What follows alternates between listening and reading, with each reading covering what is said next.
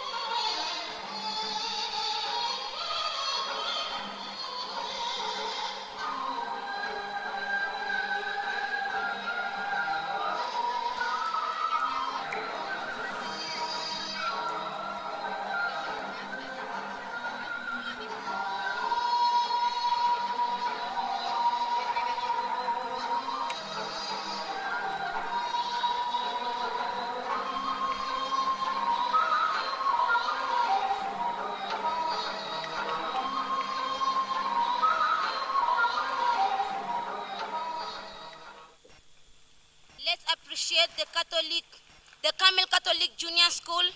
Your Excellency, next on stage is Marimanti Primary School with a folk song from the Taraka community titled Mtaano Sia Aiji.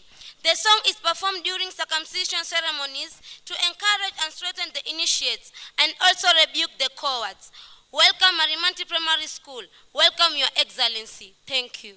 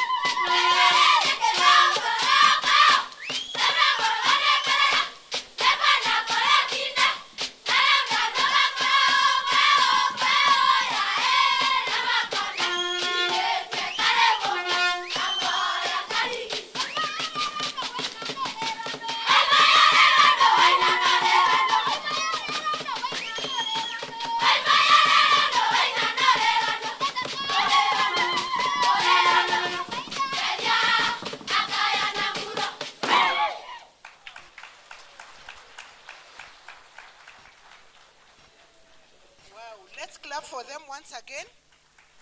At the Kenya Music Festival, Your Excellency, we try to preserve our culture. Thank you, Marimanti Primary School from Darakanithi. Coming next on stage, Your Excellency, is Sabunle Boys from Wajir, Northeastern Region, with a Somali dance, Washi. This is a Somali dance performed by young men during evening hours for entertainment. Evening hours. Welcome, Sabunle Boys. Welcome, Your Excellency.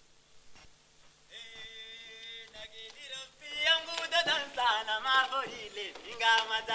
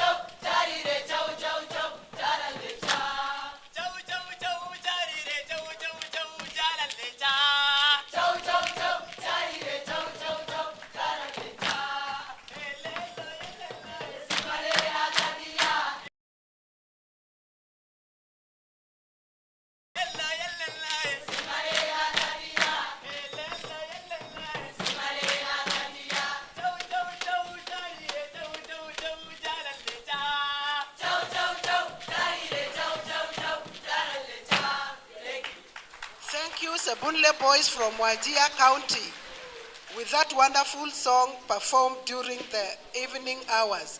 Coming next on stage, Your Excellency, is Tenwek Boarding Primary School from Bomet County, Rift Valley region, with a choral chant in Kipsigis language, a chant that speaks against the illicit brew. These girls are telling the public that they are saying no to drug abuse and illicit brew. Welcome, Tenwek Boarding. Welcome, Your Excellency. Bring on the TLDL, Tenwek Boarding.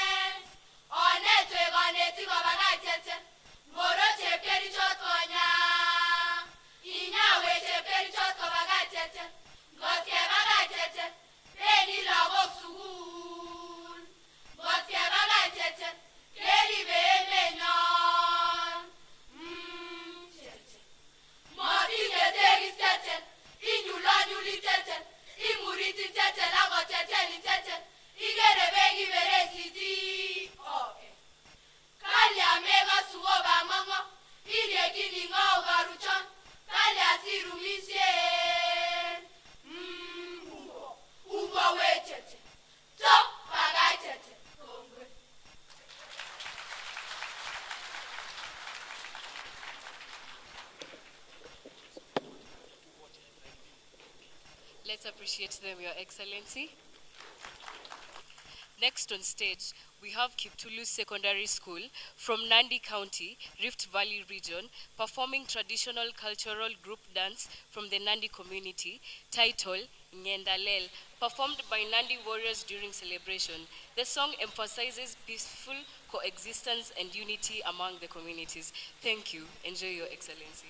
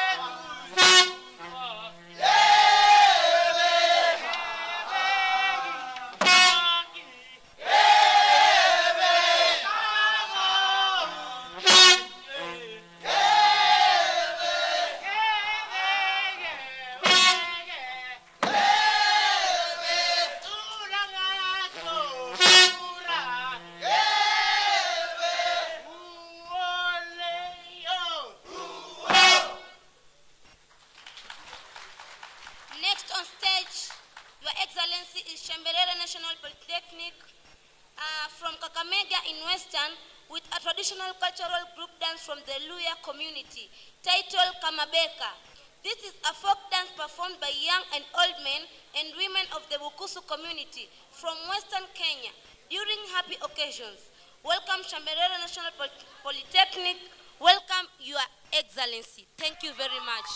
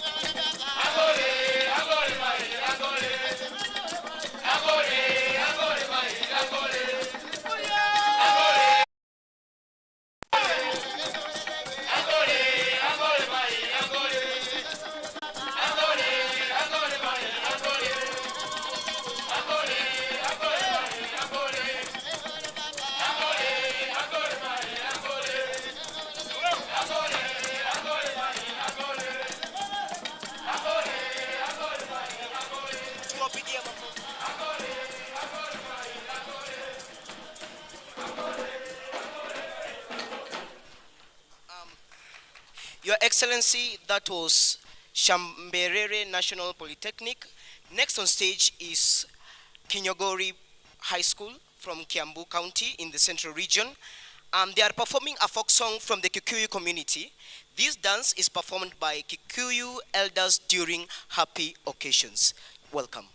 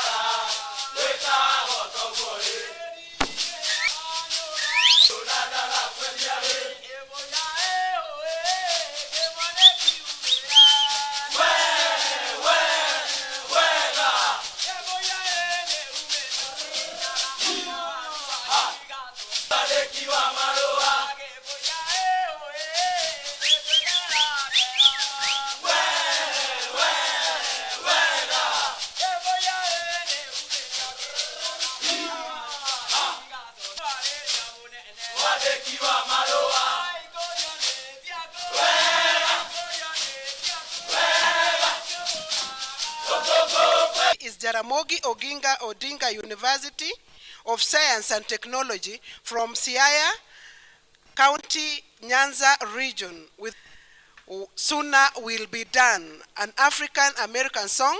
The song provides hope to humanity that we shall all when we are all done with the troubles of this world. Welcome, Jost. Welcome, Your Excellency.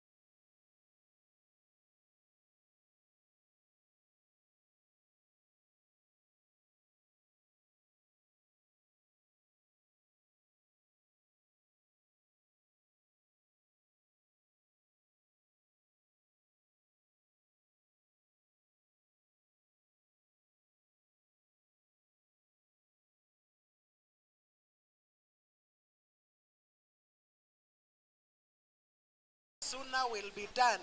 Thank you, Joust. And coming next on stage, Your Excellency, is St. Clair's County Western Region with a special composition on theme, Championing Road Safety in Kenya, courtesy of AA Kenya. This poem is about road safety. All Kenyan road users need to be aware that their lives are sacred and therefore accidents can be avoided through discipline while using our roads. Welcome St. Clair's Maragoli. Welcome, Your Excellency. The new sheriff on the road by Lusamu Hajai. Enjoy our presentation.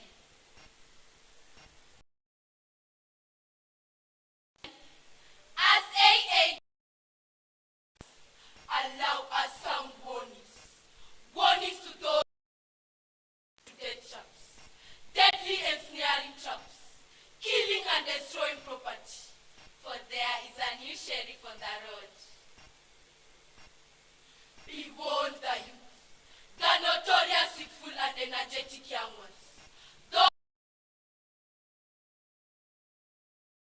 Generation Z, whichever generation, going to clubs, drinking nonsensical, trooping shopping malls, buying alcohol, gassing and gargling down their throats like it were pure, harmless water.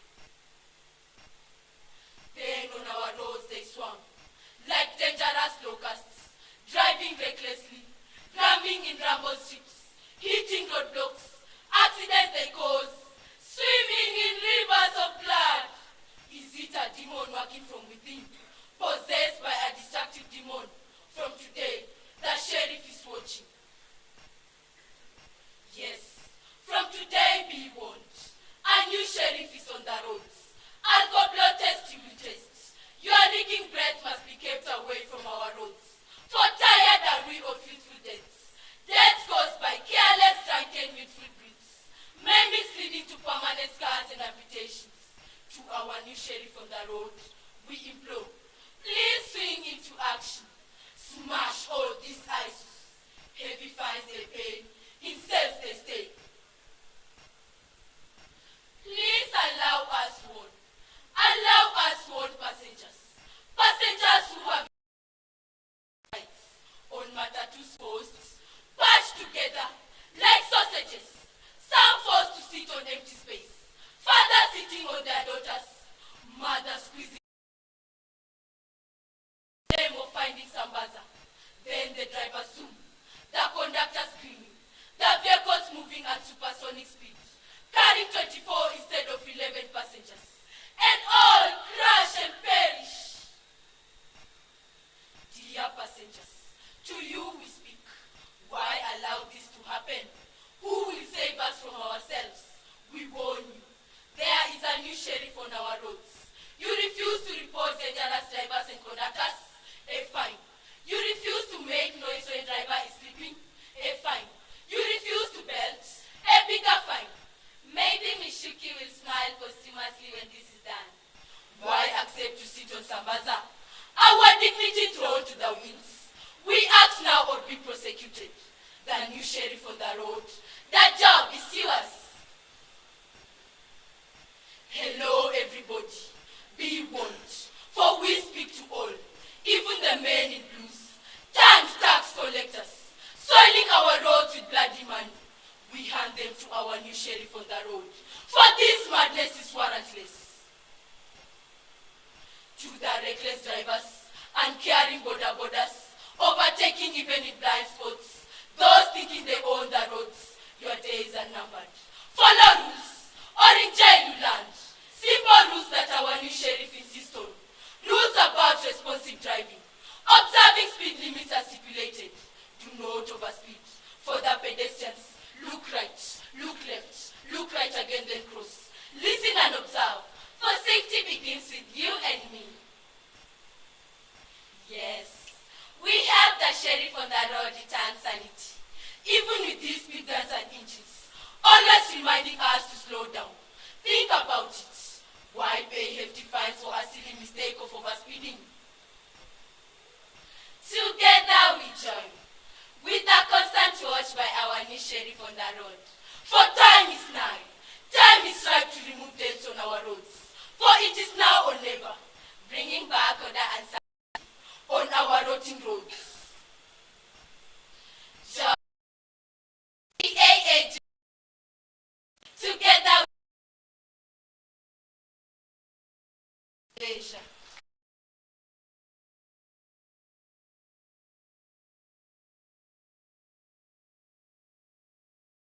Coming next on stage, Your Excellency, is Kianyaga Boys High School from Kirinyaga County, Central Region, with Africa folk song with sacred text. The song highlights Bible. Thomas went to visit Jesus at night to know what one can do to inherit the kingdom of heaven. Welcome, Your Excellency. Welcome, Kianyaga Boys.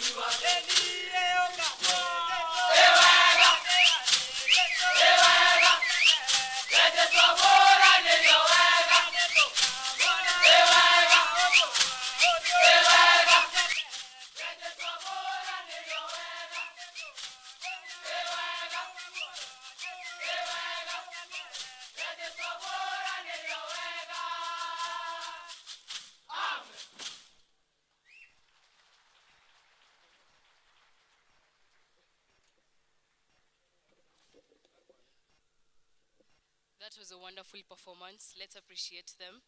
Next on stage, Your Excellency, is Kochogo Girls High School from Kisumu County, Nyanza region. This is a traditional cultural group dance from the Luo community titled Dodo.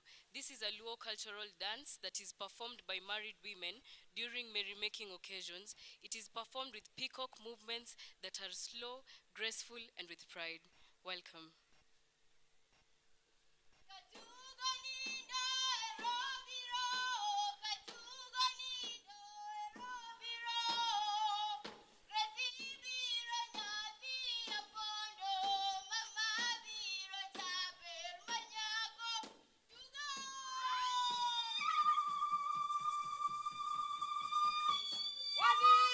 Kochogo tikara uru tinde wayudo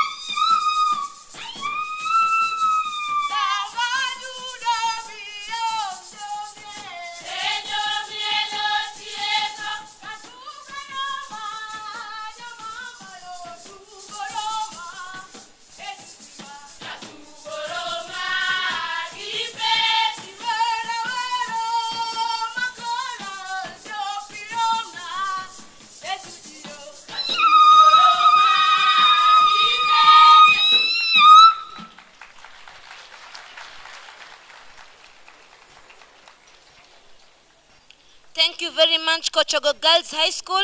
Next on stage, your exit is Konyao Arid Zone from West Pokot in the Rift Valley region.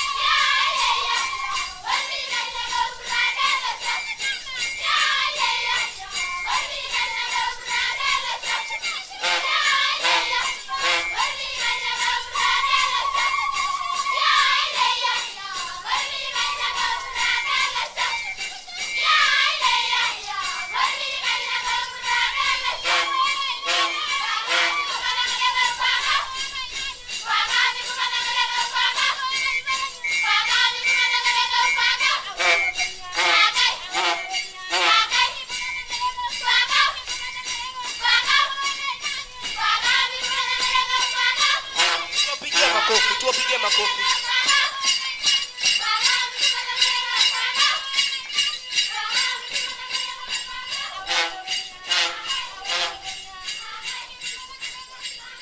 Your Excellency, the next on stage is Ngara Girls High School from Nairobi County in the Nairobi region. They are performing an English chorus speaking original composition entitled Behind the Adjudicator's Table. This poem is about the tension trainers go through while presenting their items before the adjudicators.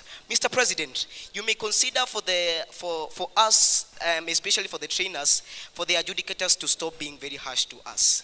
Thank you.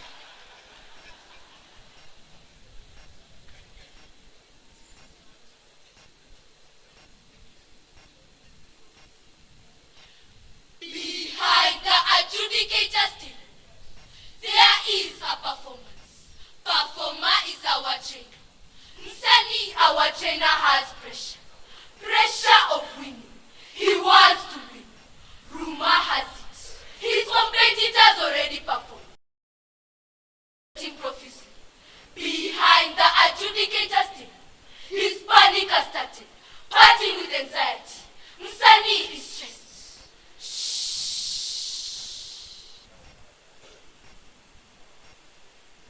Look, like a choir conductor dressed in a tuxedo, who is adjudicated.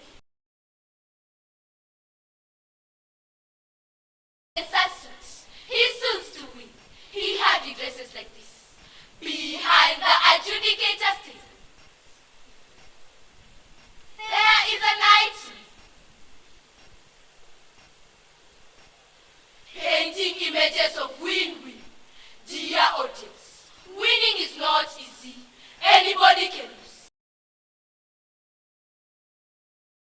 But who cares? Not even their trainer. All they say, we are comrades pacing on a road of perfection. Our trainer has pressure. He is right behind you, confusing us properly on proper gestures and patience. Behaving like KMF from Umofia village.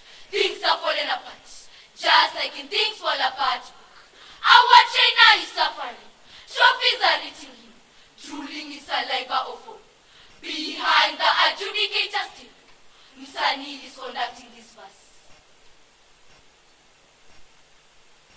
Msanii is the arsenal of this festival. No trophy, no win. He performs and waits for another season. He is behaving like a tenter, moving here, moving there, wandering in wonder. Behind the adjudicator's table, Msanii is the idol.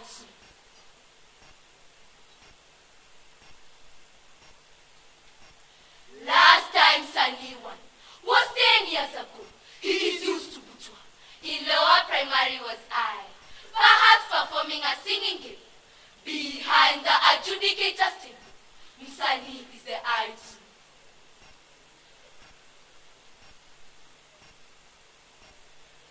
During drama festival, on stage, an item had a house with pressure and doctor's prescription. Just take water. Msanii has a bottle of water, quenching thirst after every 2 minutes. Behind the adjudicator's table, Msanii is the idol.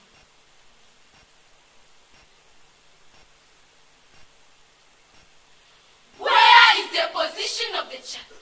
When Msanii thinks about himself, he is eyeing for a promotion, using a child as a billboard to advertise his creed.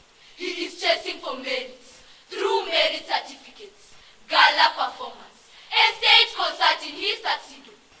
Behind the adjudicator's table, Msanii is the idol.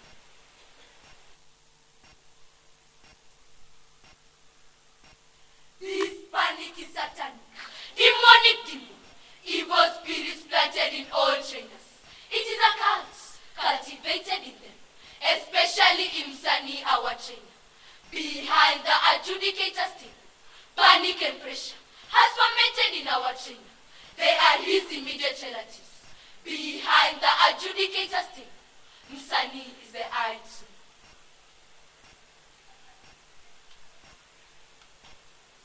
Now, to our trainer Msanii, please calm down.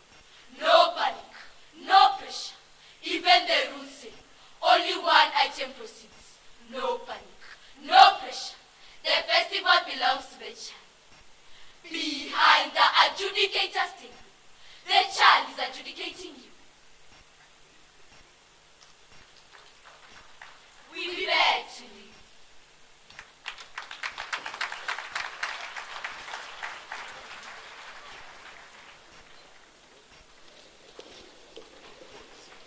Thank you, Ngara girls. Behind the adjudicator's table, there is an item.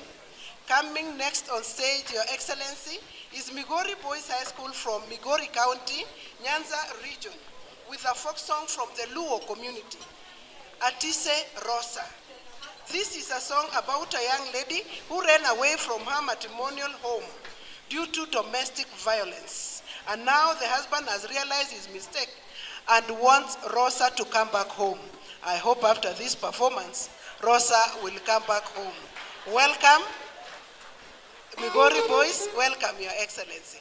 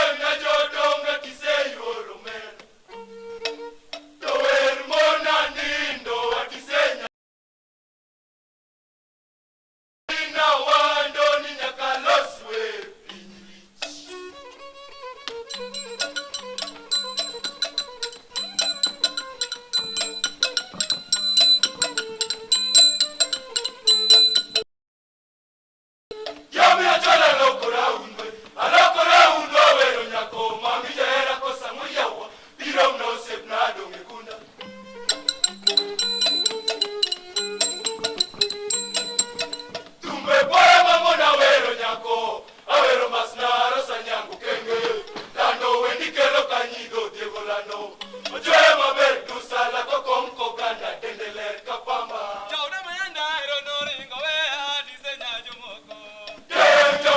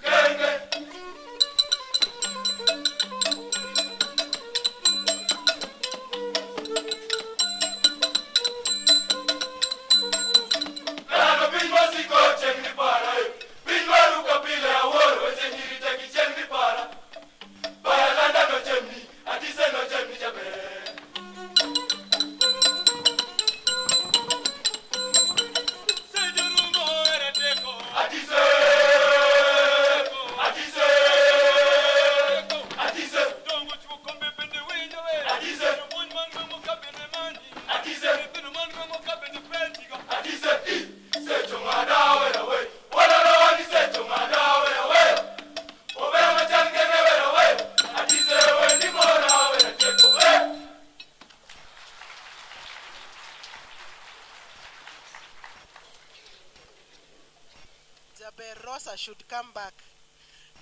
Coming next on stage, Your Excellency, is Sinende Boys High School from Vihiga County, Western Region, performing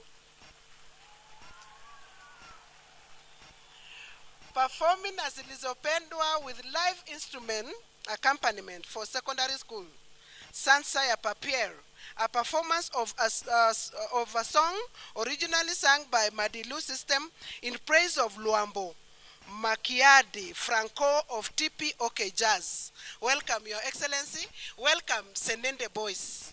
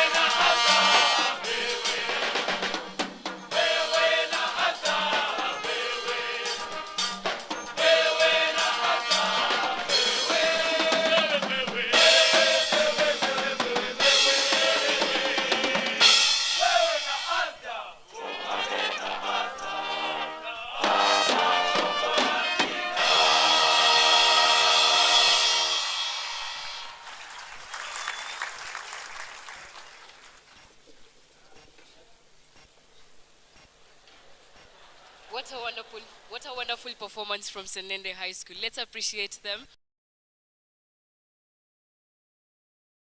From Kwale County, Coast Region, performing a traditional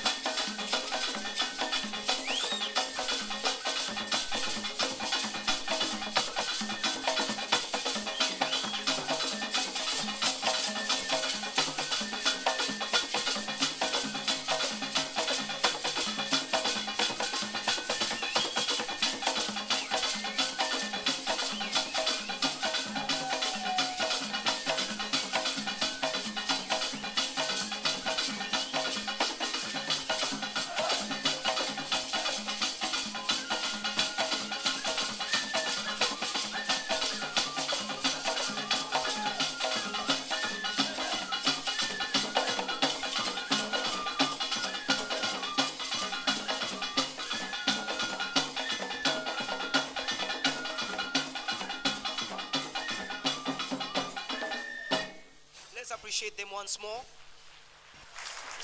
So, Our Excellency, next on stage we have Kakuma Mixed School from Turkana County in the Rift Valley region.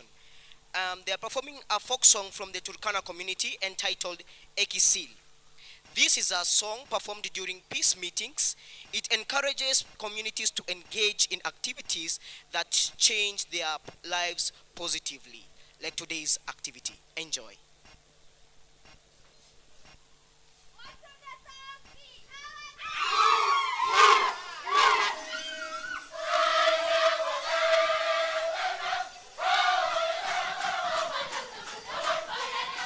Yeah.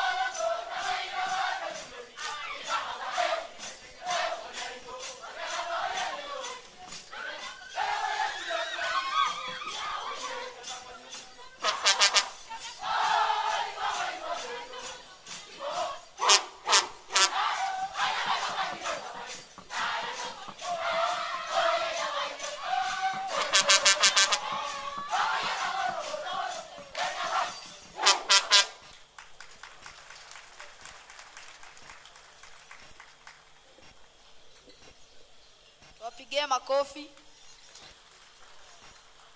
Coming on stage, State House Girls High School, Your Excellency, from Nairobi, with KMF Pop Talent Show, titled Mwalimu Wangu, lead singer Novia Gloria. The song praises teachers for inculcating morals and nurturing talents among students. Welcome. Mic check 1 2. Mwalimu ni shujaa. Najivunia mwalimu wangu, namthamini mwalimu wangu. Ni shujaa mwalimu wangu, ni shujaa mwalimu wangu, Mwalimu wangu menifunza vyema, mwalimu wangu menielimisha, mwalimu wangu ni baraka kwangu, mwalimu wangu ni shujaa wangu, daima ni shujaa wangu, ni shujaa wangu,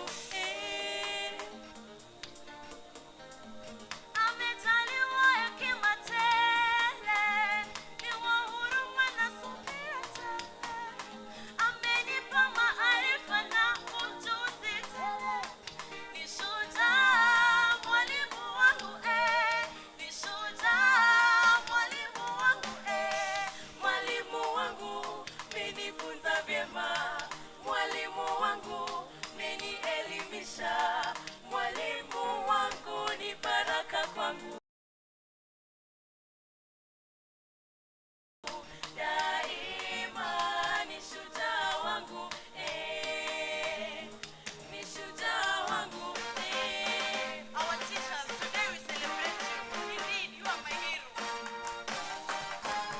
Teachers, you are always our hero. Celebrate, I celebrate, celebrate, my teacher, my hero. Celebrate, I celebrate, celebrate, my teacher, my hero. Oh yeah.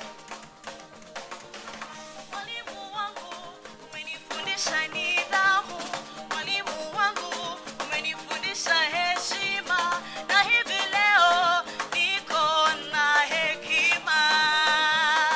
Shangilia. Celebrate, I celebrate, celebrate, my teacher, my hero. Celebrate, I celebrate, celebrate, my teacher, my hero. Oh yeah.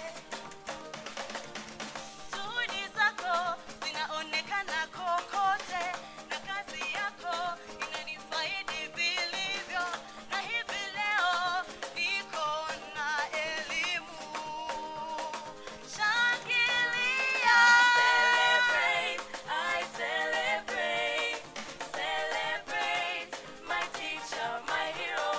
Celebrate, I celebrate, celebrate, my teacher, my hero. Oh yeah, oh yeah, oh yeah,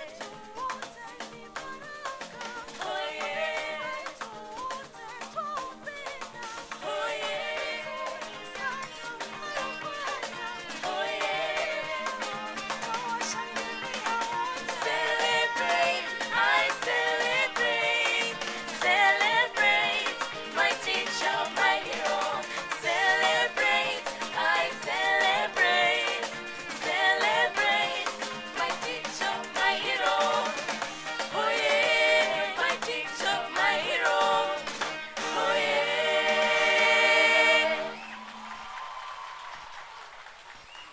Wow, what a wonderful performance from State House Girls. Your Excellency, at the Kenya Music Festivals, we are now producing great musicians. They will make great musicians after high school.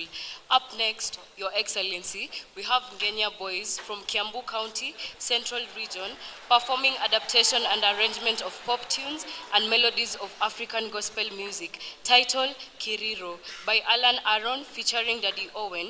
This is a prayer to God. Thank you, Your Excellency.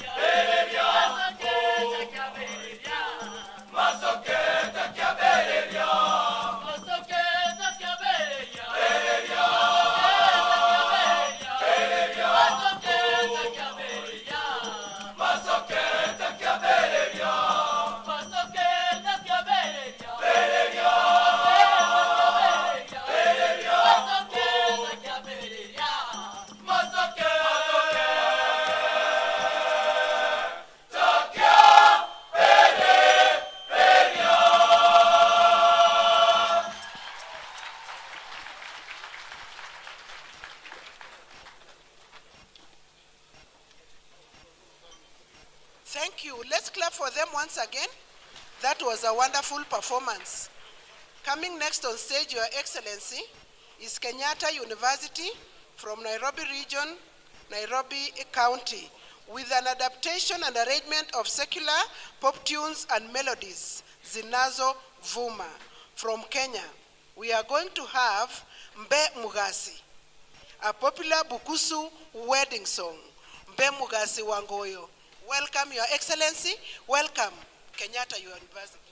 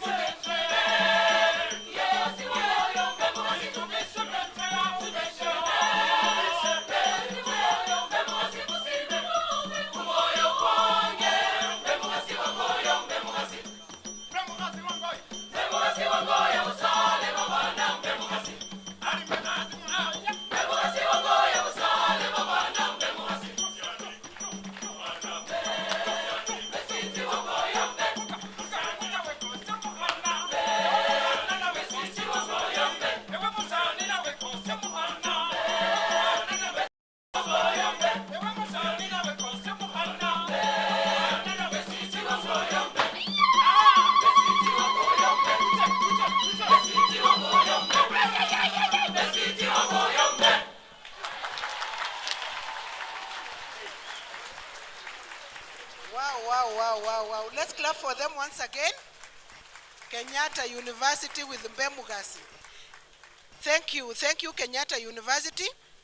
Coming next on stage, Your Excellency, is Olulunga Boys High School from Narok County, Rift Valley region, with a traditional cultural group dance from the Maasai community. This is a Maasai cultural group performed by young Maasai Morans to celebrate their success brought about by plenty of milk and increase in livestock. Welcome, Your Excellency. Welcome, Olulunga Boys.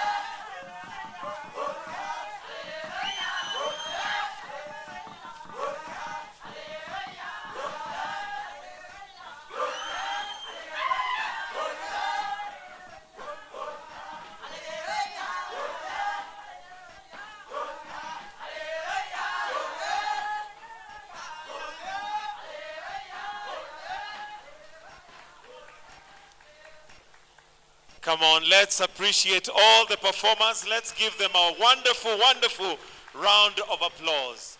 Your Excellency, sir, that brings us to the end of the performances for this particular cultural festival. Why don't we put our hands together one more time just to appreciate all the students, all the teachers, all the trainers, all the work that has gone behind this preparation. Your Excellency, sir, at this point, allow us now to transition to a few speeches, a few comments, and the first person to give their remarks, I'll invite the chairman of the Kenya Music Festival, Professor Frederick B.J.A. Ngala, to make some brief remarks. Why don't we put our hands together as we welcome the chairman of the Kenya Music Festival. Karibu.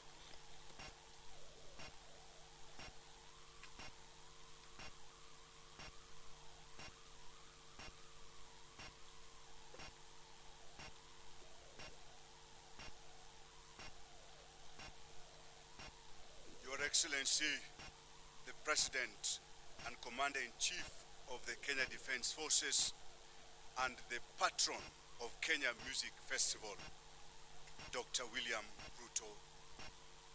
Your Excellency, the First Lady of the Republic of Kenya, Mama Rachel Ruto. Your Excellency, the Deputy President, Honorable Rigathi Gachagua. Your Excellency, the spouse of the Deputy President, Pastor Dr. Dorcas Rigathi, the Cabinet Secretary, the Governor, other Cabinet Secretaries here, allow me to ride on the protocols already established, Your Excellency, sir. Your Excellency, the President, between 3rd and 14th of August 2024, our children mounted serious stage performance in dance, elocution, and music. The standard of music festival during this year was recorded as an all-time high. The festival theme, Your Excellency, was talent development for growth of the creative economy. This theme is in line with the bottom-up economic transformation agenda that considers creative industries a significant contributor to the national gross domestic product. This theme is also aligned, Your Excellency, sir, to the competency-based education that considers music festival as a platform for displaying talent, which is further aligned to the sports, science, and creative arts pathway enshrined in the basic education curriculum framework. Your Excellency, sir, to do this, we worked together with the National Executive Committee. Allow me, Your Excellency, to request them just to rise. The National Executive Committee, please appreciate them. Thank you. Together with the National Executive Committee, we had a total of about 50 adjudicators in all the areas of music, dance, and elocution. May I also request the adjudicators to rise from wherever they are. Thank you so much. In the interest of time, Your Excellency, I would like just to mention that during this time, we had a total of slightly over 145,000 students participate in this festival from all the regions, the 8 regions, 47 countries. It is interesting to note that during this time, we used a total of 3,200 buses, and there was a marked increase in the participation of the university students, Your Excellency, from 6 last year to 15 this year, Your Excellency. This festival was largely successful because of good guidance from the ministry, and in particular, I would like to mention Dr. Belio Kipsang, the PS Basic Education, Your Excellency, sir, together with the Director General and also the Director in charge of Field Coordination and Co-Curricular Activities. We had excellent adjudication work, devoid of any form of malpractice during this time, Your Excellency. And all the teams who are brought to you, we assure you, they actually won genuinely fair game, Your Excellency. There was good leadership on the part of the National Executive Committee, and I want to mention specifically the contribution of Madame Janet Langat, who is just behind me here. This lady works very hard. Just allow me, sir. Thank you, Madam Janet. Thank you. Your Excellency, excellent security services was provided under the guidance of the Governor of Uasin Gishu County and the National Security System. Your Excellency, our children were fed on sumptuous meals and they were given proper accommodation in 39 schools within and around Uasin Gishu County. Allow me, very briefly, Your Excellency, to articulate just a few things to do with the vision of the current National Executive Committee. Number one, given that Kenya Music Festival is the largest cultural festival south of Sahara and north of Limpopo, Your Excellency, where we present numerous folk songs and folk dances, such as has never been seen before in the world. We would like to transform later, God giving us life, strength, and everything, to transform this to be the biggest cultural tourism. Troops to Kenya to literally see what our children are doing, Your Excellency. This will generate enough money for us to run the festival, boost the local economy, and also like this festival. During this time, we had our friends from United States of America and specifically University of Florida. In internationalizing this festival, Your Excellency, we are likely to learn from our brothers and they are also likely to learn from us. As our patron, Your Excellency, sir, we wish also to inform you that for the first time since 1927, we had a great conference that was running side by side with the festival. This enabled us to look at the various things that we practice in music, dance, and elocution. Your Excellency, for the first time again, we had an exhibition of traditional music instruments. And our learners from all parts of the country, all the way from Garissa, Mandera, to this other side, to Lokichogio, everywhere, were able to learn about and even see practically the specific music instruments that they only learn or see in the textbooks. Your Excellency, this time round, we are continuing with the monetization of works of artistic expression. This directive came from you and was given to Kenya Music Festival and Kenya Institute of Curriculum Development. This process is going, Your Excellency, and we are glad that KICD is working with us to ensure that we monetize this. This will assist us, Your Excellency, to contribute towards the growth of the creative economy. A few more, Your Excellency. The proportion of music that is presented in this Kenya Music Festival, I'm talking specifically about African music, has been retained at an all-time high. Sir, we are saying that we are moving away, slowly by slowly, from emphasizing on Western music.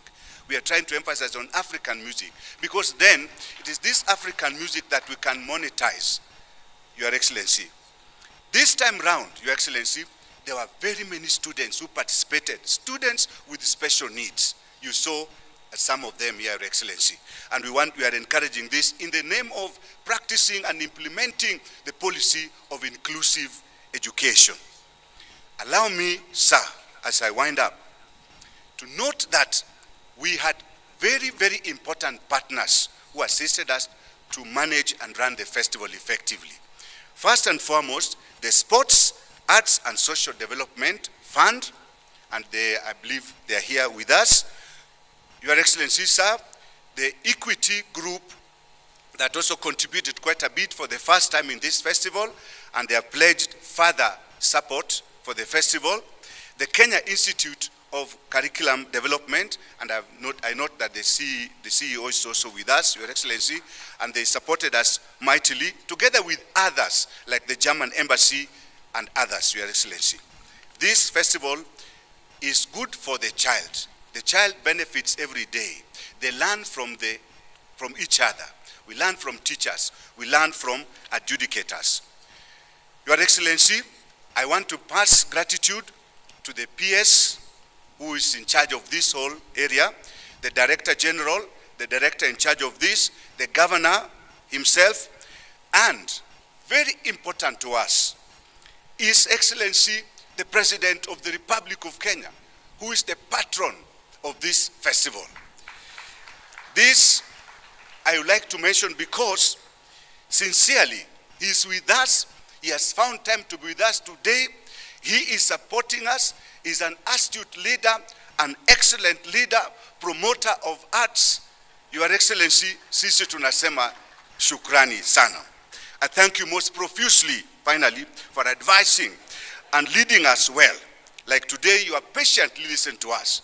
May God himself bless you abundantly. Thank you, sir.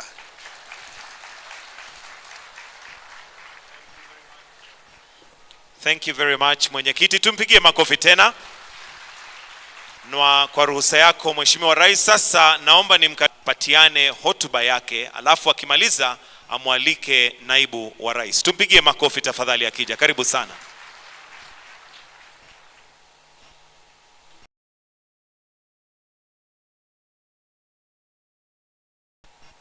Your Excellency, the President of the Republic of Kenya, Dr. William Ruto, Your Excellency, the Deputy President, Honorable Rigathi Gachagua, Your Excellency, the First Lady, Mama Rachel Ruto, Your Excellency, the Second Lady, Pastor Dorcas Rigathi, the Governor, Honorable Jonathan B., the Chairman of this music festival, senior government officials, teachers here present, honorable members of parliament, distinguished ladies and gentlemen. Your Excellency, this 96th music festival, themed Talent Development for Growth of the Creative Economy, was largely funded by the Sports Fund that is under the Ministry of Youth Affairs, Creative Economy and Sports. Your Excellency, with your permission, please allow me to welcome my colleague, the CS Minister for Youth Affairs, Creative Economy and Sports, to make his remarks before I make mine. Thank you. Welcome.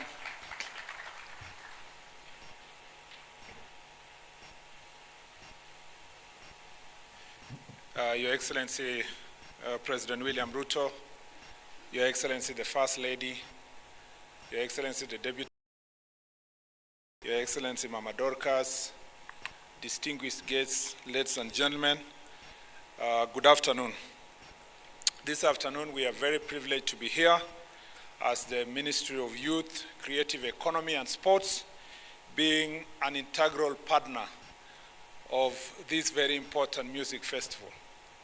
Your Excellency, the theme of this festival goes together with our pursuit for creative economy, organizing creative economy for purpose of monetization and what we promise the people of Kenya for Pesa Mfukoni.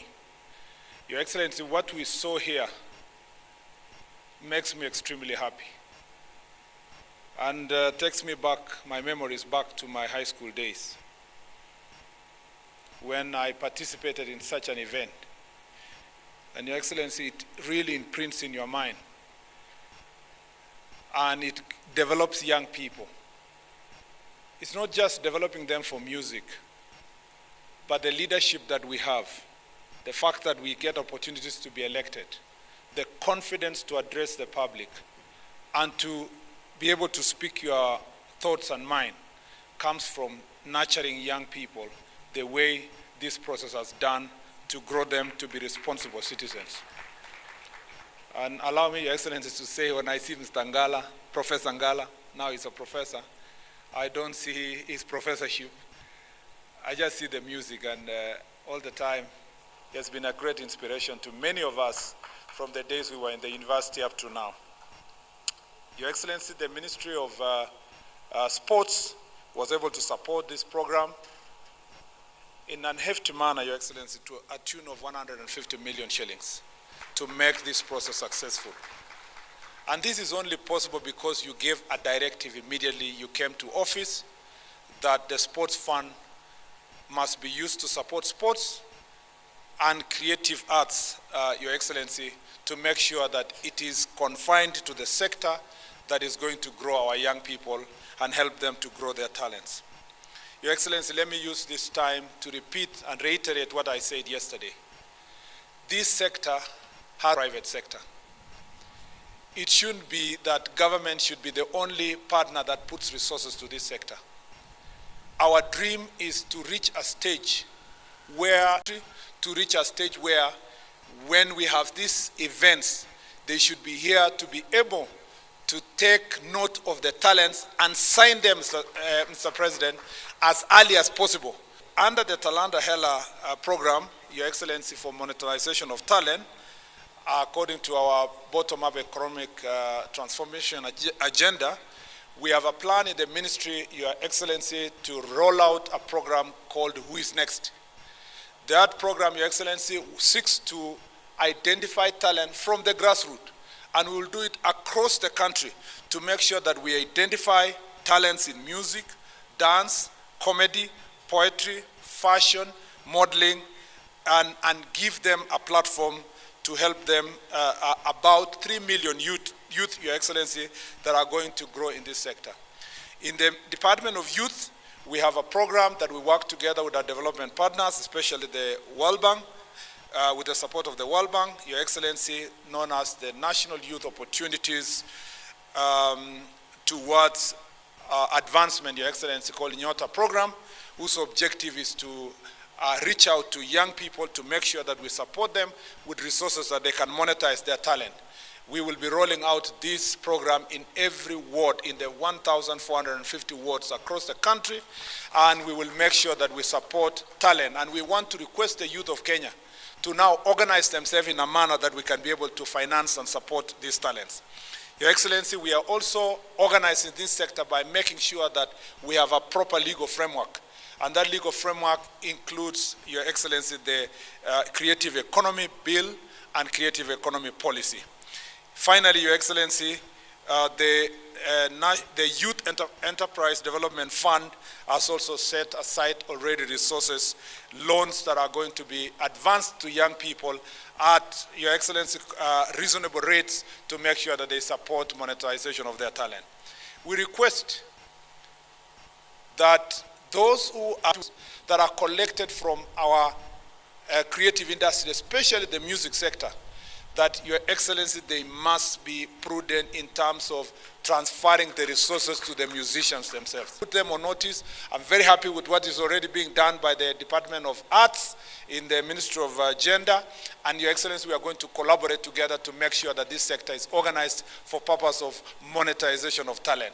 As this is my first week in this ministry, I'm extremely excited, Your Excellency, to be working with young people, the people I love, the people I like to mentor. As a former university teacher, I am extremely excited when I see young people in this space doing what they do here, and I can't wait to interact with them more to make sure that we mentor them to be the right citizens who are actually going to grow with their country instead of, Mr. President, kuanguka na their inchi. Thank you, Mr. President. Asante sana. Thank you, Waziri. Your Excellency, on behalf of the Ministry of Education, I wish to most sincerely thank you for inviting the learners of Kenya to State Lodge Eldoret. This is a memorable event that shall forever be engraved in the minds of these learners. Your Excellency, as these learners trained and competed from the zonal level to the sub-county level, all the way to the national level, top in their minds was to perform in State House before the head of state and the whole country. For those gathered here today, it is a dream come true. Your Excellency, the Ministry of Education, under your strategic leadership, has put the CBC agenda firmly back on track. There is a clear path arising out of the recommendations that were presented to you by the Presidential Working Party on Education Reforms. These are some that are undergoing legal processes, but those that were operational in nature are being implemented to the letter. I'm glad to report to you that junior school has firmly taken root to the extent that at this gathering, Your Excellency, we've witnessed presentations by junior school as a standalone. The committee earmarked categories most specifically for junior school. Next year, we shall be having a full junior school, and the learners at that level will compete totally independently. This category of learners will be lucky since some will be charting the sports, science, and performing arts pathway, which is a direct product of the CBC. Your Excellency, sir, over the last 9 days, we had a total of 145,800 participants, broken down as follows. The preschool participants were 12,354. The primary school were 29,876. Junior school were 22,876. Secondary school were 43,256.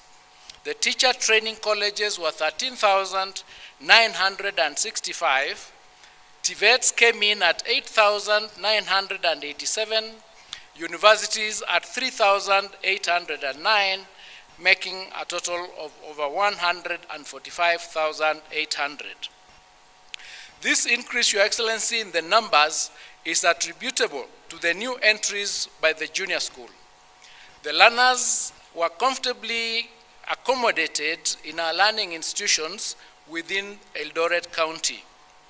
Your Excellency, I wish to appreciate the Sports and Social Development Fund for heeding your directive and fully supporting this co-curricular activity and other co-curricular activities in the Ministry of Education. This particular activity was fully funded by the Sports Fund.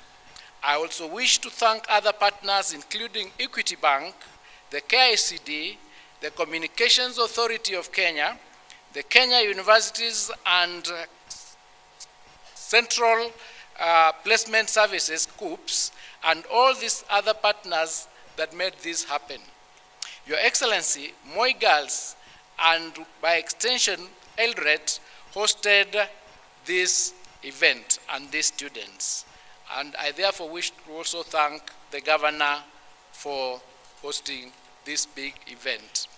Your Excellency, I wish to thank you for your continued support towards university education, especially, Your Excellency, in the implementation of specific letters have been issued to the students as of this afternoon. Your Excellency, those cover and we are on course to meet the deadline, which is in 2 or 3 days away. That is by the 19th of August, 2024. Your Excellency, those who may have challenges with the ban in their appeal, and our teams will deal with those concerns and respond to them as appropriate. Your Excellency, I take this opportunity now to congratulate all the performers and the winners, and also the people of Eldoret for gaining the city status yesterday. I thank you all, and God bless you, and God bless Kenya. Thank you. May I take this opportunity now to invite His Excellency, Honorable Rigathi Gachagua, to make his remarks.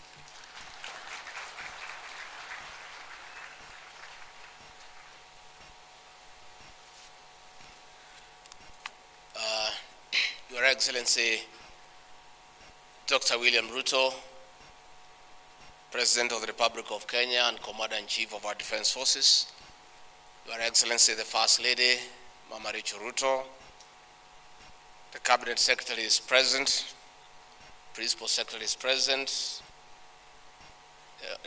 the Governor of Uasin Gishu County, Jonathan B., the Senator of this great county, Senator Mandago, members of Parliament, organizers of this Winner State Concert, an entire music festival,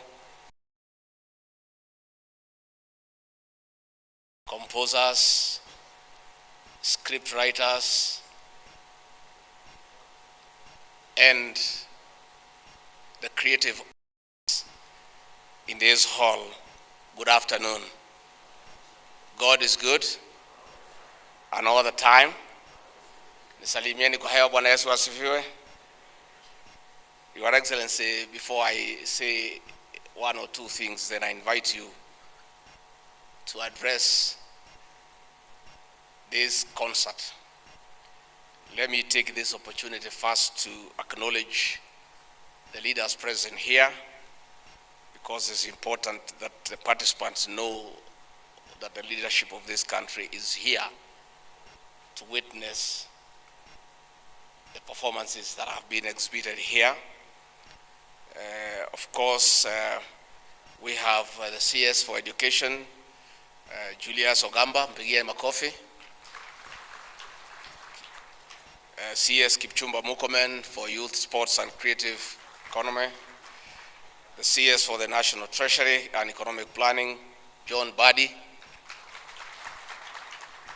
We have, of course, the Governor of this great county, Jonathan B., aka Kotumoja. We have a Senator for this great county, Jackson Mandago. I've also seen the Secretary General of Kotu, Francis Atwoli. I saw him smiling when the Senator boys were performing on Zilizopendwa. His love for Lingala music is the worst kept secret in this country.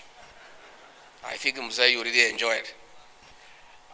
We have PSs present, the PS for Immigration, Julius Bitok, Pigieni Makofi, the PS for Sports, Peter Tom, Pigieni Makofi, the CS for TVET, Esther Moria, Pigieni Makofi, the PS for Education, Belio Kipsang, Pigieni Makofi, the PS for the National Treasury, Chris Kipto, Pigieni Makofi, the PS for Higher Education, Beatrice Inyangala, Pigieni Makofi, the PS for Tourism, John Olotua, Pigieni Makofi, the PS for ICT, Engineer John Tanui, Pigieni Makofi, and the PS for Culture, Arts and Heritage, Umi Bashil, Pigieni Makofi.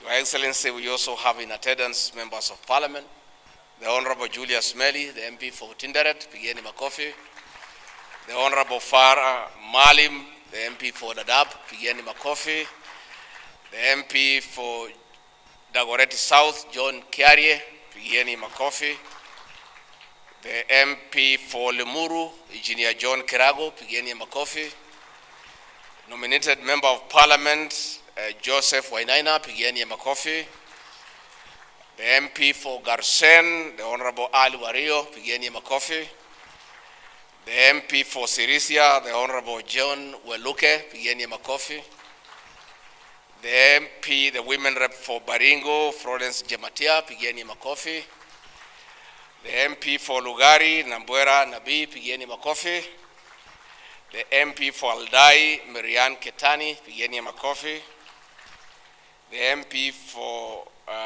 the Mheshimiwa Oboka Milemba, Pigieni Makofi, and the one and the only engineer in Parliament, the Honorable Oscar Sudi, the MP for Kapsaret. Your Excellency, I'm very happy to accompany here to this Winners Concert.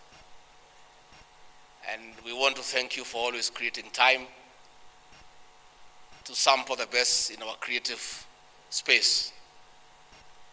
Your Excellency, the performances that have been exhibited here this morning, from where I sit as somebody who has been in the creative arts space for a long time, were very high standard.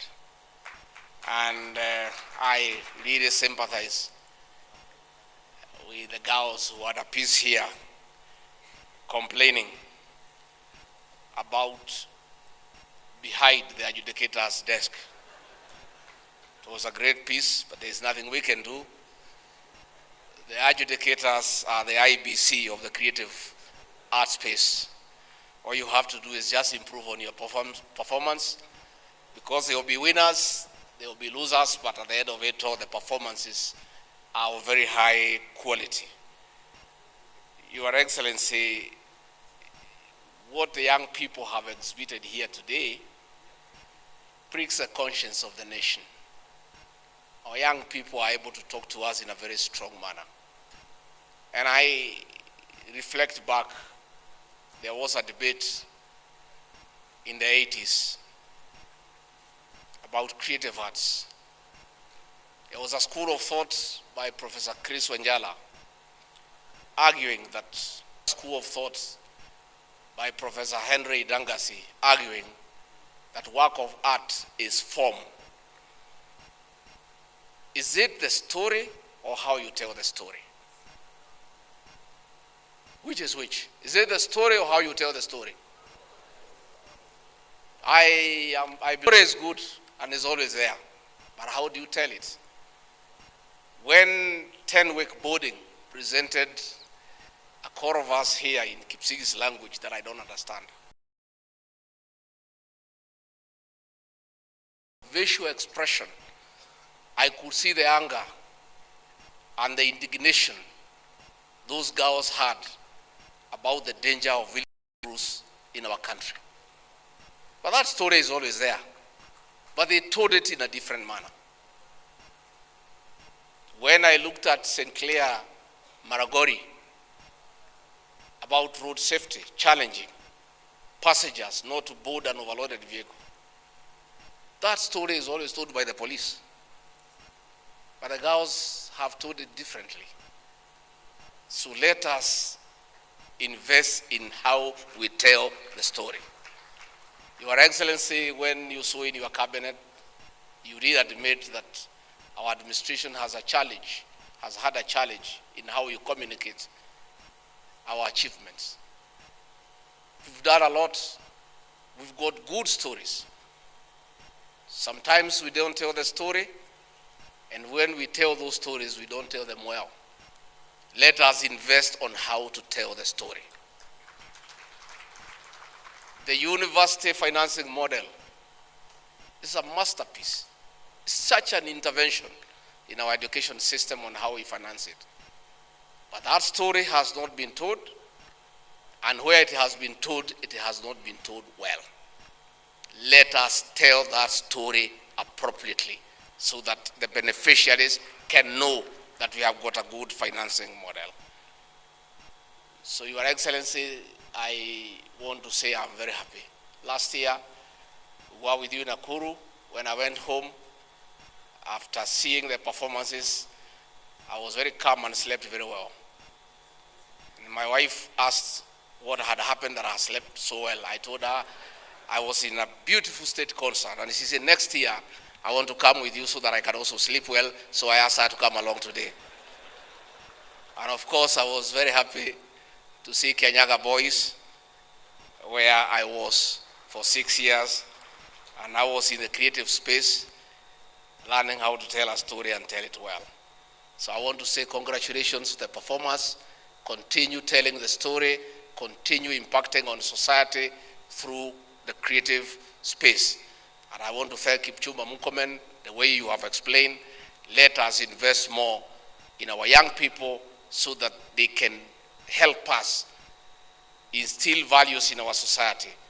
They can help us communicate difficult messages in a light manner, in a manner that is not only educative, but also entertaining. With those very many remarks, I want to request all of you to stand up and help me by clapping and ululating and kushangilia to welcome the President of the Republic of Kenya, Dr. William Ruto, to come and tell his story and tell it well. Mr. President.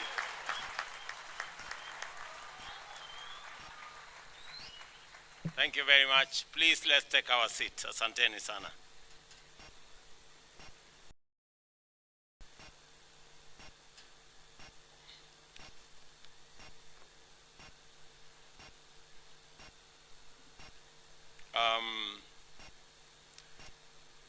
Your Excellencies, honorable members, distinguished artists, good afternoon. Hamjambo. Let me take this opportunity, first and foremost, to welcome all of us, those from far and wide, to Eldoret, the newest city in Kenya. As you're all aware, Eldoret became the 5th city in Kenya yesterday. And this celebration today, this Winners State Concert, is taking place at a moment and at a time when Eldoret has just become a city. Yesterday, I also had the occasion to receive our great ambassadors, our sportsmen and women who had participated in the Olympics in Paris. And we were very, very proud of their performance. They did exceptionally well. I still want to ask all of us to give them a round of applause. Today, we have seen the champions of our music in the creative industry space. To all of you who participated, those of you who have won, let me congratulate you on my own behalf and on many friends and the people of Kenya for making us proud with your performance.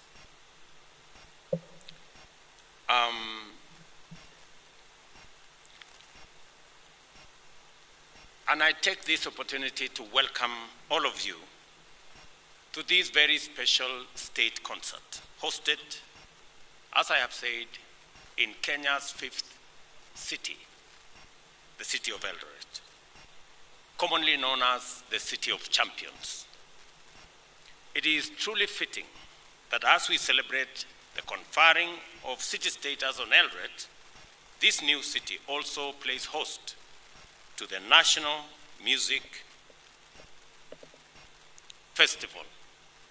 This great occasion is a testament to the limitless potential and talent that resides in our nation, Kenya, the natural land of champions.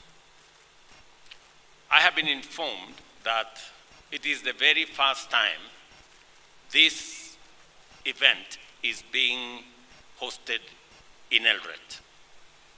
Congratulations, Uasin Gishu County, for all the work you have done together with the leadership of this event to host this occasion. I am also aware that it is the very first time that a state concert is being hosted here in State Lodge, Eldoret. Again, let me welcome all of you here. Please forgive me for the situation outside here. It's not very tidy because this place is not used to hosting big events like this. Next time, I will make sure that I improve on my hosting. I need to do some work around this compound to make sure that when I have guests like you, you have ample and adequate space to come to. The Kenya Music Festival has long been a fountain of creativity, nurturing the raw and potent talent found in our young and youthful learners. Over time, this festival has offered a platform for learners to showcase their boundless gifts in music, dance, and poetry.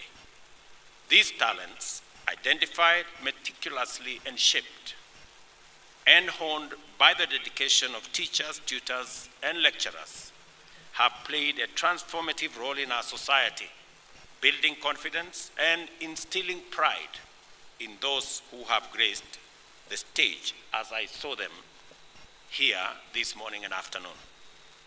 This year's theme, Talent Development for Growth and the Creative Economy, is both timely and aligned with the government's agenda. We recognize the creative economy as a pillar of our national economic transformation, and the Kenya Music Festival is a vital component in this endeavor. From vocal and instrumental music to traditional and contemporary dances, and from scripting to public speaking, this festival has demonstrated its enduring legacy in developing a broad range of creative talents. The digitization of these performances, spearheaded by the Kenya Institute of Curriculum Development, is already providing our students with new avenues for recognition and revenue generation as their content reaches not only local and regional, but also global audiences online. This festival's impact on the creative economy can neither be gainsaid nor overstated.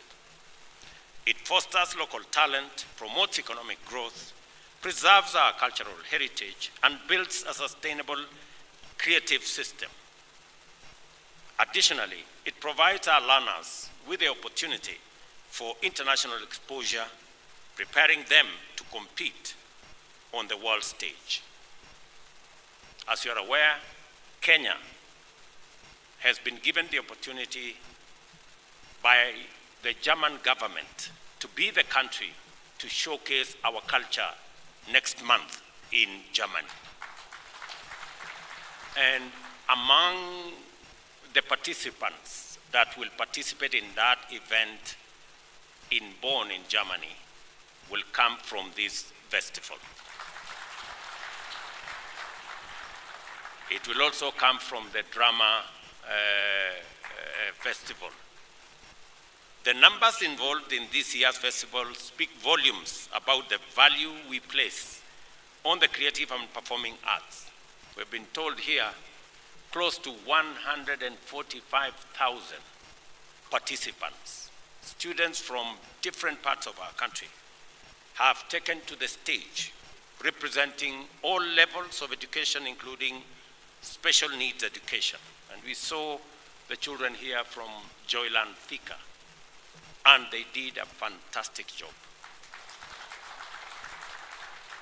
This inclusivity is a hallmark of this festival, ensuring that every child has an opportunity to realize their full potential. To further support the aspirations outlined in this year's theme, the festival has introduced categories that directly link participants to the performing art industry. Notably among these is the Pop Talent Show, which provides a space for students to compose and produce their own music using modern technology. With this and the experience around it, our students are positioned to become composers, performers, and recording artists, attributing and contributing to Kenya's vibrant music industry.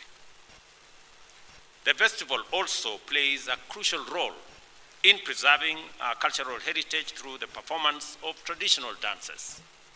We must promote these classes and document these dances to ensure they are preserved for current and future generations. This year, we witnessed the first national conference in music held alongside the competitions, as was ably explained by Professor Ngala. We must position Kenya as a cultural and music tourism hub, both at the county and national level.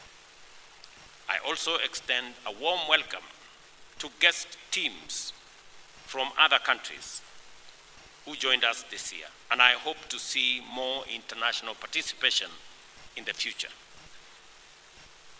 The success of this festival would not be possible without the support of our partners. Your contribution, collaboration, allows us to realize the government mission of educating and creating a better world together for the future. On the financing of Kenya Music Festival activities, I urge the leadership to propose sustainable measures and form stronger partnerships with the private sector. The festival must find alternative sources of income to ensure its sustainability and continued success. I have heard what both ministers have said about this, about the plans they have on how to make this sustainable, how to bring on board the private sector, how to expand the sponsors, how to create opportunities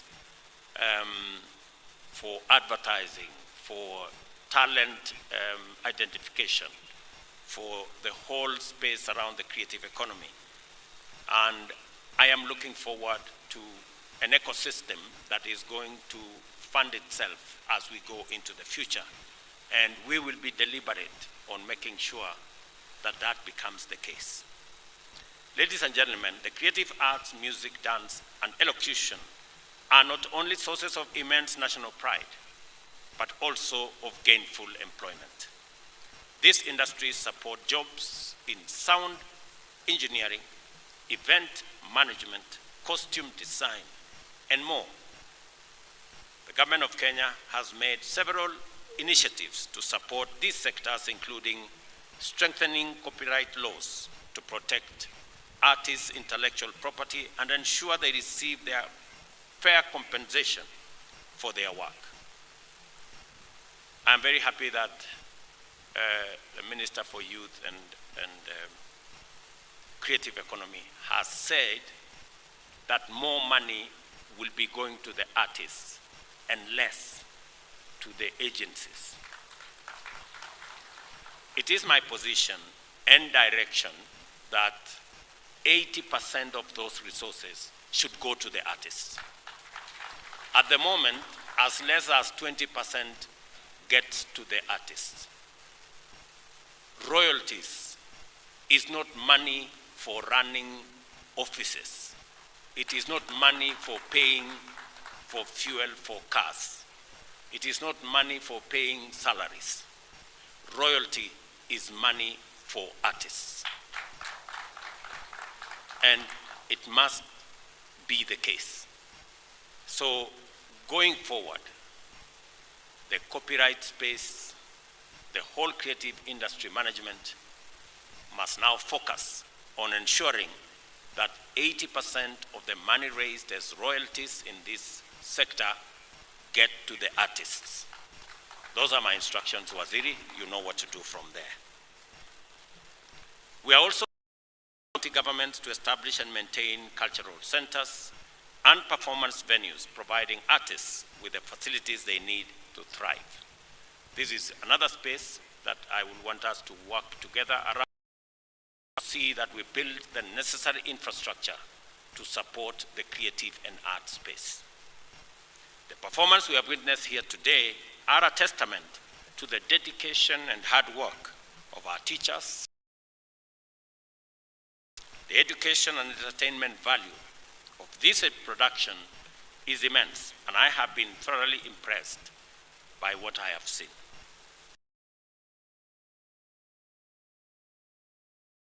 For being a hospitable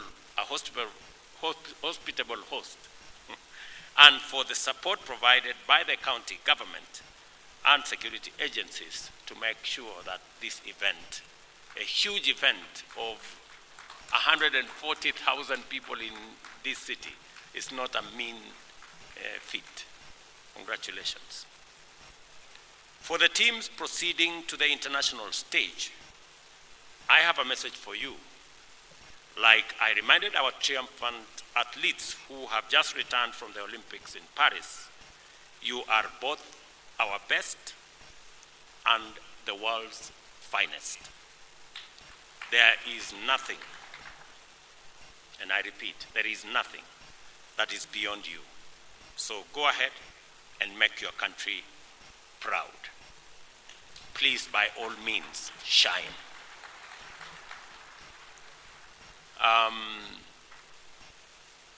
This is a very important space for us because it speaks to our children.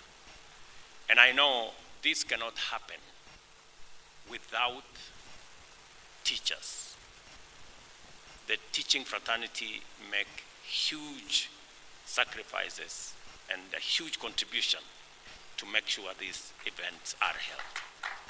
To all our teachers, trainers, and artists in that space, my congratulations for doing a wonderful job. I remember last year I made a commitment that we are going to identify teachers in this co-curriculum space and promote them for what they are doing. I am happy that the directive I gave to the Ministry of Education has been implemented, and 407 teachers who are in the co-curriculum space were promoted last year. I also want to say that we will continue to recognize teachers who are operating in this space and also give them national awards. Last year, I gave 17 teachers in the co-curriculum space national awards, recognizing their contribution to the progress of our nation. We will continue to identify, we will continue to work with you to make sure that we continuously promote this space. Let me also say that as the Minister for Education and the Deputy President have said, we have now concluded sending letters for the new students who are who had earlier been sent letters that did not have sufficient clarity. That in the next 2 days we will conclude that process so that every parent knows what it is that they need to contribute as the government shoulders the bigger part of our university education and TVET education. Between 90% and 60% is taken care of by the government of Kenya.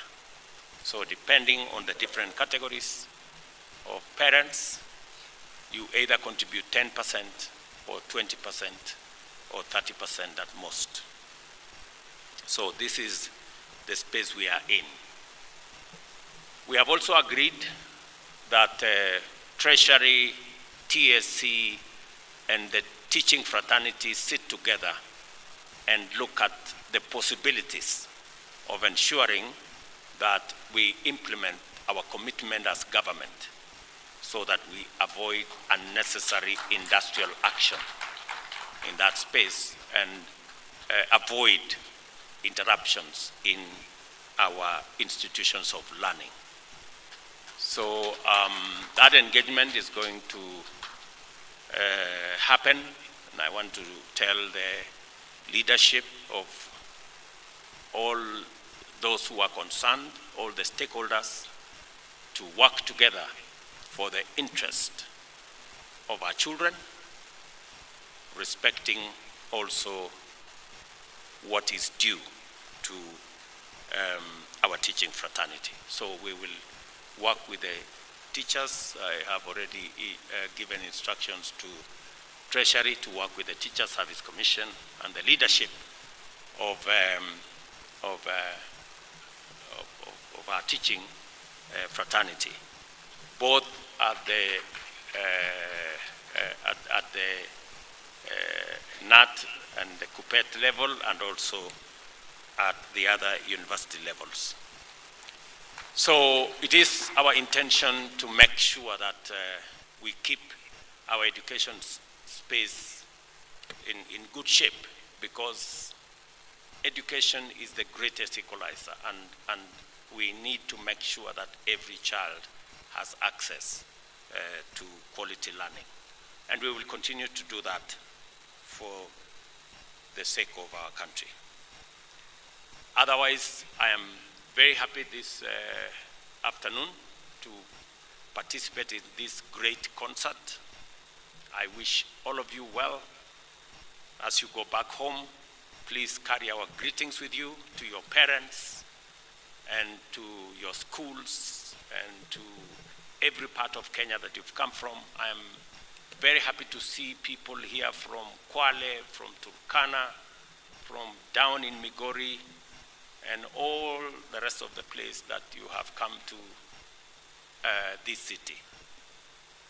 Maybe the next time, the counties should be offering to host and consider footing some of the bills for the going into the future, because we have brought a lot of business into your town. Imagine we have 3,000 buses in this town, and we have all manner of people sleeping here. So we have close to thousands of people we have brought into this town, and they will be paying in your hotels. They'll be sleeping everywhere. So it's a good show. So otherwise, mimi nataka niseme asante sana. Thank you very much for coming. Thank you very much for this wonderful feat that we have seen, and we will continue improving on this space best. Asanteni sana, and God bless you. Thank you. Another round of applause for His Excellency, the President. Thank you, Your Excellency. Your Excellency, I'll request that we take our seats. Let's take our seats kindly as we now transition to the award ceremony. We have 13 awards that are going to be given to the best performing pieces, and I will call them out as we go along. Allow me at this point, Your Excellency, to also ask His Excellency, the Deputy President, the Chair, and the two CSs present to join you to flank as we now give out these awards. Also, the children will have a photo session with His Excellency the President, so I'll request that we proceed backstage in the order in which your performances were done. So students who are still in the crowd, kindly, immediately after the awards, we proceed to backstage.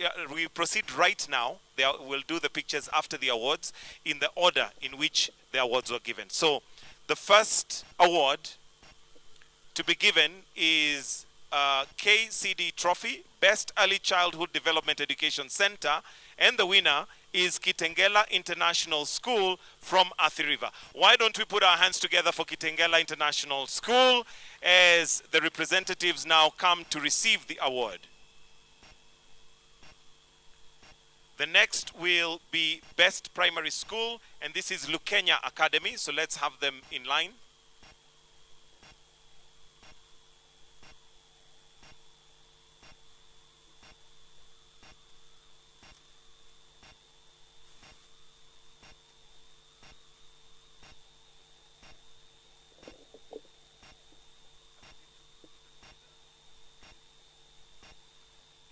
That is Kitengela International School from Athi River. Tuwapigie makofi tena. Let's have on standby, Lukenya Academy is next, followed by Moi Forces Academy. So let's have them all lined up.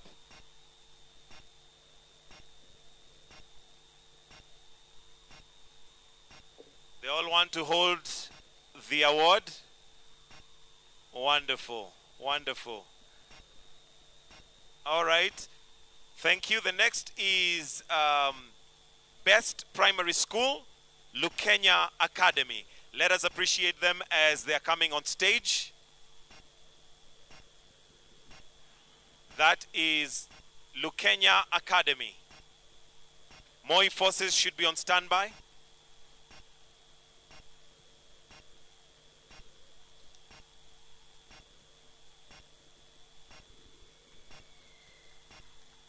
Let's also have Sirisia Special School on standby.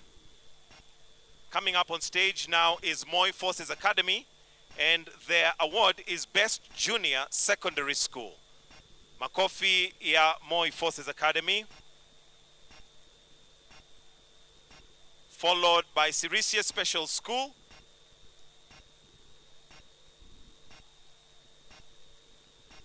Best Pre-Vocational Institution. Makofi kwao. Let's have on standby Bunyore, Kitui TTC, and Dandora.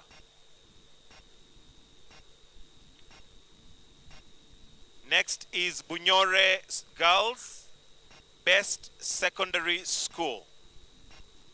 Let's give them a warm clap for Best Secondary School.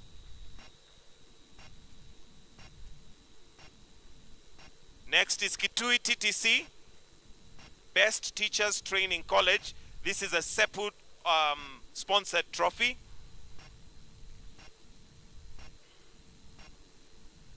Let's have Dandora on standby, Sigalagala National Polytechnic and Kenyatta University. Next is Dandora Green Light VTC, Best Vocational Training Center with Uraia Trophy. Tuwapigie makofi tafadhali. Next we have Sigalagala National Polytechnic, Best National Polytechnic, Technical and Vocational Colleges. A Brook Trophy. And the next is Kenyatta University with Best University, KUCCP Trophy. A reminder, students, please, all performing students, let's go backstage so that we are prepared for the photo session immediately after this.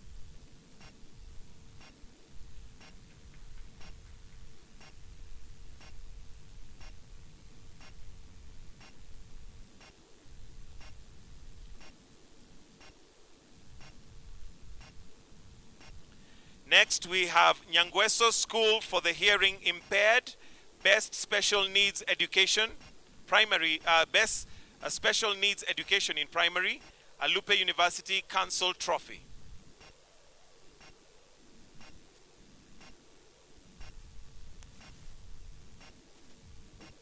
Next, we have Moranga School for the Hearing Impaired, Best Special Needs Education, Secondary School, an Anti-Counterfeit Authority sponsored trophy. Tuwapigie makofi.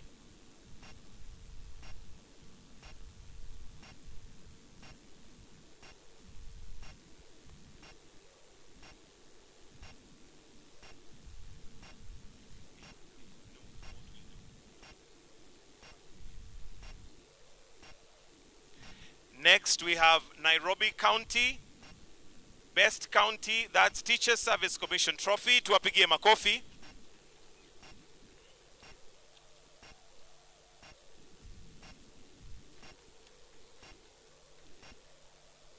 Next, we have Western Region, which is Best Region, the Kenya Music Festival Trophy. Makofi kwao.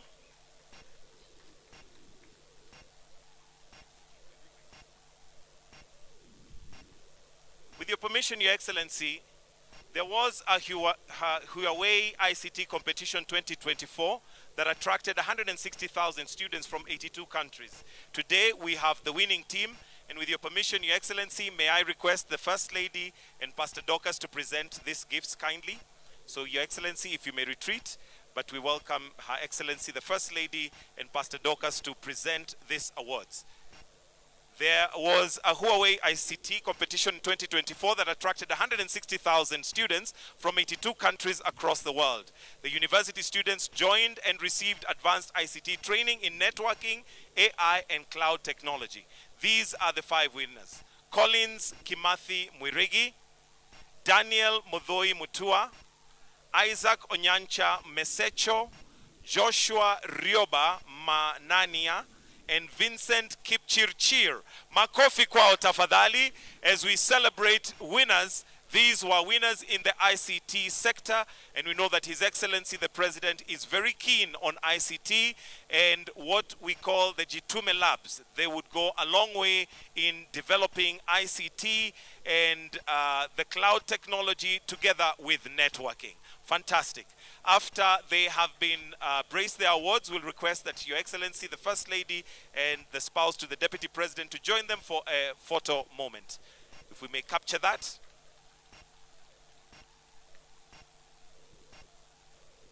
Thank you. We'll now proceed to the photo session.